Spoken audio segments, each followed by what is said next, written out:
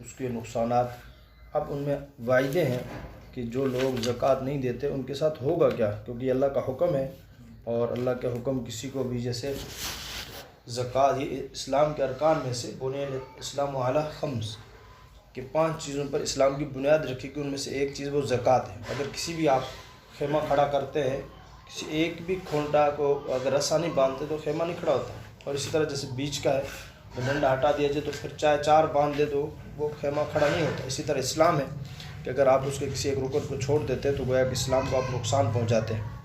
تو فرمایا حضور اکرم صلی اللہ علیہ وسلم نے جمع الفوائد میں ہے، جلد نمبر 1 صفحہ نمبر 143 کہ ما منع قوم الزکوٰۃ الا ابتلاہم بالسنین، کہ جو قوم زکوٰۃ نہیں دیتی اللہ تعالیٰ اسے قحط سالی یعنی ضروریت زندگی کی مہنگائی میں مبتلا کر دیتے۔ جو لوگ زکوٰۃ نہیں نکالتے کیا کرتے اللہ پاک ان کو مہنگائی، یہ جو اب چل رہی ہے یہ ایسا نہیں ہے کہ ہم کہیں جی سارا حکومت پہ ڈال دیں، اپنے گناہوں کی طرف ہم توجہ ہی نہیں کرتے، اور ایسے بعض گناہ جیسے زکوٰۃ ہے، نماز کا چھوڑ دینا ہے۔ زکوٰۃ جو نماز پابندی سے پڑھتا ہے اللہ پاک 5 انعام دیتے، سب سے پہلا انعام کیا ہے؟ رزق میں برکت ہے، تو گویا کہ نماز کا اہتمام نہ کرنا رزق کی برکت خود ختم کر رہے ہیں۔ صبح کا سونا جو ہے، فرمایا حضور اکرم صلی اللہ علیہ وسلم نے فجر کی، میری امت کی فجر میں برکت ہے، جو فجر کو سوتا ہے رزق کو، نوم الصبح دفع الرزق، کہ صبح کا سونا رزق کو دفع کرنا، دھکا دینا، پھر ہم بھاگتے ہیں۔ حالانکہ یہ چیزیں ایسی ہیں کہ صبح کے بعد نہ سوئیں، دن کو جا کے سو جائیں۔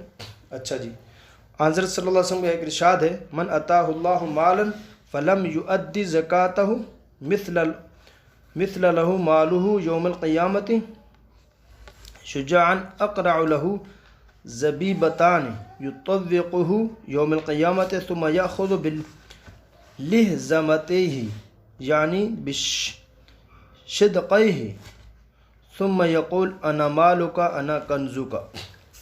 فرمایا حضور اکرم صلی اللہ علیہ وسلم نے، یہ بخاری شریف کی روایت ہے کہ جس کو اللہ نے مال دیا اور اس نے زکوٰۃ ادا نہ کی تو قیامت کے دن اس کے مال کو بڑا زہریلا گنجا سانپ اس کی گردن میں لپٹ جائے گا، پھر اس کے دونوں جبڑے نوچے گا اور کہے گا میں ہی تیرا مال ہوں، میں ہی تیرا خزانہ ہوں۔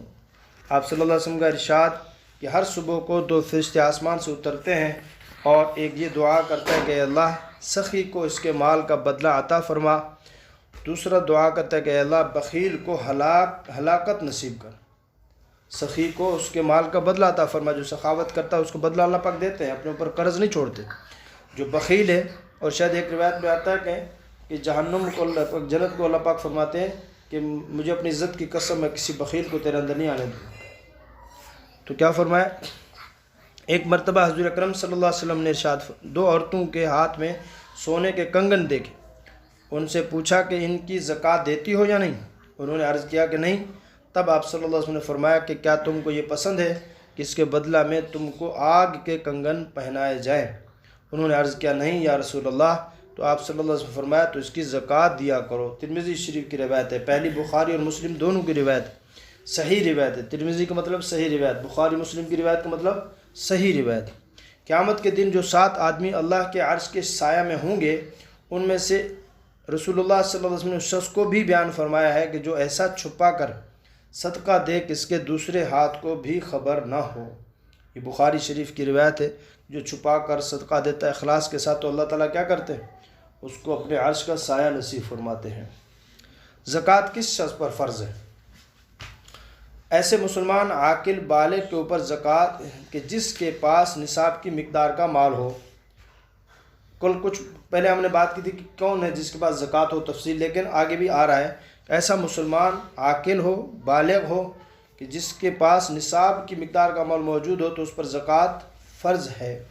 جو یا تو سونا ہو، وہ زکوٰۃ کیا ہوتی ہے؟ یا مال ہو، یا سونا ہو، یا چاندی ہو، یا پیسے ہوں، یا تجارت کا مال ہو، اور اس پر سال بھی گزر جائے بشرطے کہ وہ قرضہ کا نہ ہو، تو اس پر زکوٰۃ فرض ہوگی۔ اگر آپ مقروض ہیں تو جتنے پیسوں کے آپ مقروض ہیں اتنا منہا کیا جائے گا، اور جو پیسے آپ کے پاس موجود ہیں یا آپ کے پیسے لوگوں نے دے رہے ہیں، جن پیسوں کے لوگ مقروض ہیں آپ کے، ان کی زکوٰۃ بھی آپ دیں گے، یا جو اگر لوگوں کی آپ پر وہ ہے، آپ مقروض ہیں تو جتنے مثال کے طور پر 10 لاکھ روپے ہیں اس وقت موجود ہے، آپ نے 2 لاکھ کسی کو دینا ہے اور کسی سے 2 لاکھ لینا ہے تو 10 کی زکوٰۃ نکالیں گے۔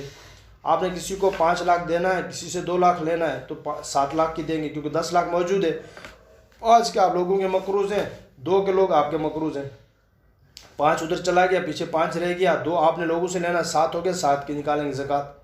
تو جتنا مال آپ کا ہے کسی وقت بھی وصول ہونے کا وہ ہے، امید ہے، تو اس کی زکوٰۃ آپ نکالیں گے۔ اور اگر آپ نے لوگوں کو دینا ہے، کسی مجبوری کی وجہ سے آپ نے قرض لیا ہوا ہے تو اس کا جو ہے وہ لوگوں اس کی زکوٰۃ آپ نہیں نکالیں گے۔ اس عبارت کے مسئلوں کی وضاحت: مسئلہ کافر پر اور نابالغ بچے پر اور ایسا پاگل جس کے سال بھر کبھی عقل ٹھکانہ نہ لگی ہو زکوٰۃ فرض نہیں ہے، چاہے ان کے پاس مال کتنا ہی کیوں نہ ہو۔ تو پچھلی بار دوسرا گویا کہ یہ مفہوم